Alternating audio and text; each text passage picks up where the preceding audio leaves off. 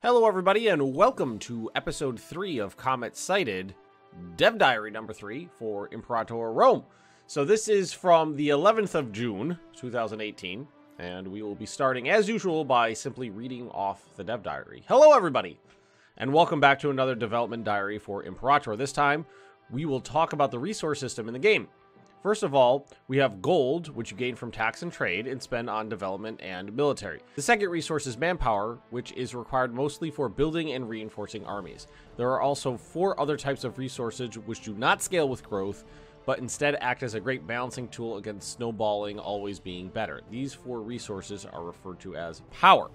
There are 4 types of power in Imperator corresponding to a character's attributes, each with their own use and benefit. You primarily get power from the quality of your current ruler, but there is also a bonus and monthly power for having your national ideas match the categories your government wants ideas in.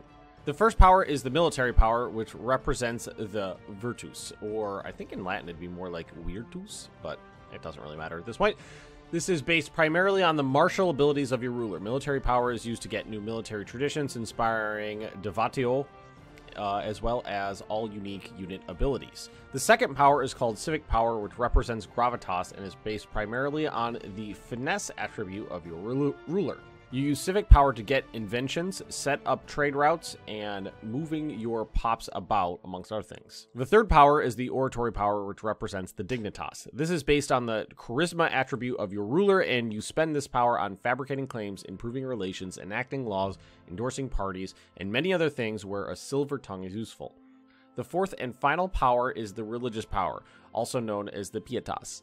This is based on the zeal attribute of your ruler. Some of the things you use religious power on is to stab pigs, convert pops, and call omens.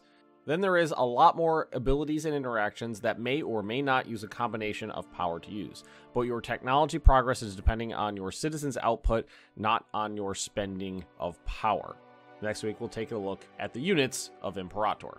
Okay, now that we've actually gone over the verbiage, let's go back and talk about a couple of things that they mentioned. One of the first things that I saw that I liked in this was the phrase, this is a great balancing tool against snowballing. And that's always been something that I've disliked in Paradox games. I know a lot of people like to play the game that way, but personally, I don't find the fun factor in just painting the world and doing a world conquest. Especially once you get so powerful, nobody can legitimately fight you anymore. So anything to prevent snowballing is something that is a net positive in my book. Here we have the photo provided in the Dev Diary to go along with the PowerPoints, as it were, for Imperator Rome. So we have military here, civic, and then it's oratory and religious. And you can see that we have a tooltip for the military power here. We have a base of 2, so it's probably 2, 2, 2, 2, kind of like in Europa Universalis 4. And then we have a +3 from our leader here. It looks like they've started this game as Macedonia. And then this is something that seems interesting here. Ideas match the government, so that if you have enacted ideas that go along with your government's, how do I say it? Their worldview or their how they want to progress with the country, it looks like you get a little bonus to your various PowerPoint gain here. It's nice that we're still using PowerPoints. It's not the same 3 from EU4, but it is a similar system. But they did mention that you're not using these to tech up. These are going to be used for various things, but they're not going to be used to tech up. Like for military is used to get new military traditions, inspiring devotio, so some sort of devotion in your units, as well as unique unit abilities. Unique unit abilities sounds nice, but I just hope they're not like Rome 2, where they're activatable in battle, you know, just like magic buttons to make your units work better. That I don't like, but we'll see where we're going from there. For Civic, you can use Civic power to get inventions, set up trade routes, and moving your pops about. That's good. So like setting up a trade route is something you actually have to think about. It's not just something that's free. You don't get it you don't just do it. In EU Rome, you just did it whenever you felt like it. Now you actually have to pay a point cost to set up trade route, which makes sense because it's not something that just happens. Then we have oratory, fabricating claims. We all know that from EU4, proving relations, enacting laws. That's very interesting because laws were activatable in EU Rome, so that's something that's carrying over. In that one, I'm pretty sure you just had to meet the requirement. In this one, you do have to pay the oratory cost for it. And let's see. It does say there's other things as well. And for religious power. So in religious power, it says use religious power to stab pigs. If you've never played EU Rome, you're not going to know what that means. Stab pigs is basically Paradox memeology for increasing stability. Because in EU Rome, you actually just had to pay gold to increase stability, but the icon you clicked on was a big fat pig with a dagger going through it because you were sacrificing an animal to the gods. You were paying for the animals, you're paying for the sacrifices, sacrifice to the gods to increase stability. So I like that you just don't pay gold for that anymore, because that always seemed pretty OP in EU Rome. It was really easy to keep your stability up when you're just paying gold ducats for it.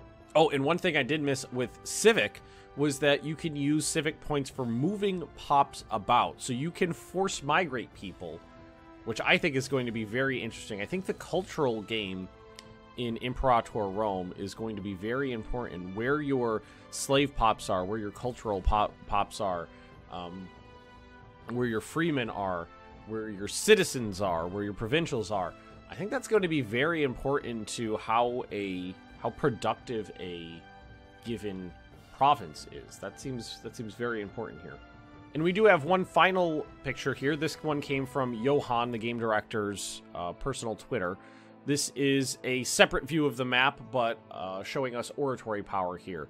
So we have, again, base 2, and then we have a +2 from our leader, which is Carthage at this point. Not that you can actually see Carthage on the map, but it is nice to be able to see a close-up view of other areas in the game. I love that we got a big, nice Egypt here. It looks like there's a lot of granularity in around the Arabian Peninsula, which is just going to be great. You can see the Seleucids. I never pronounced that right. You can see the Seleucids up here. The Empire just barely there. And the first thing, I can already sense which countries are going to turn into meme countries, because I've already had a lot of people go pointing out Boy and Kush here. They're like, oh, Kush, that's going to be a meme country. I can sense it right now, but that's not a big deal.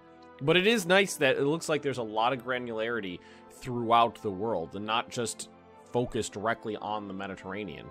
And just look how detailed the map is, too. All the tiny... I mean, I'm sure all the tiny little islands are not just... Some of them look like they would be actual cities as part of a province, like probably this group right here and this group right here. But a lot of them, I'm sure, are just window dressing, but that's fine, too. It's just nice that they put so much effort into the map here. As long as we're looking at the map, why don't we take another look at this map we got going here? I can see that it looks like Greece is going to be an interesting place to play. Already, we got Sparta, Athens. Those are the ones. Macedonia, Epirus. Those are probably going to get played a lot. Epirus is where the famous Pyrrhus of Epirus came from, who crossed over into Italy. This area, like right here and right here, were originally Greek colonies. So when the Romans were conquering them and fighting with them, Greek states from over here helped out, and Pyrrhus of Epirus famously brought elephants to fight the Romans and won his battles, but at so high a cost that that's where the term Pyrrhic victory comes from. A battle, or, you know, a conflict won at too high a cost comes from there. It was said that he would, when like, they never fought Roman, like, legionnaires before, people who used swords in combat. They had always fought people using other phalanxes and spears, so they were horrified at, you know, seeing people with heads chopped off, limbs chopped off at the trunk, you know, torsos eviscerated by these Roman short swords. So that was pretty, it was a shock to them. But anyway, that's our history lesson from the day there. But look at the granularity in, just zoom in on it, the granularity here in Greece. All the tiny little, I'm sure some of these are just like maybe like a city here, but some of these look like they could be just really granular little provinces. And then we've got huge Anatolia here with our massive successor kingdom states in it. We got Thrace over here, which will be very interesting. Dalmatia, which should be interesting. A lot of wars were fought between kind of like early Rome and states along the Dalmatian coastline here. We got, well, we know Carthage, Sicily, Syracuse. Anything interesting? I will check. We got Samnium. The Samnites were a big bad foe for the Romes for quite a long time. Of course, Etruria there. Boii would be up here on the map. Apulia. Very interesting, very interesting. Just taking a quick look around the map here, trying to see if maybe there's anything that I haven't seen yet. Pontus. Another more future... well, I mean, everybody's basically a future enemy of Rome, but, you know, some of the more famous ones.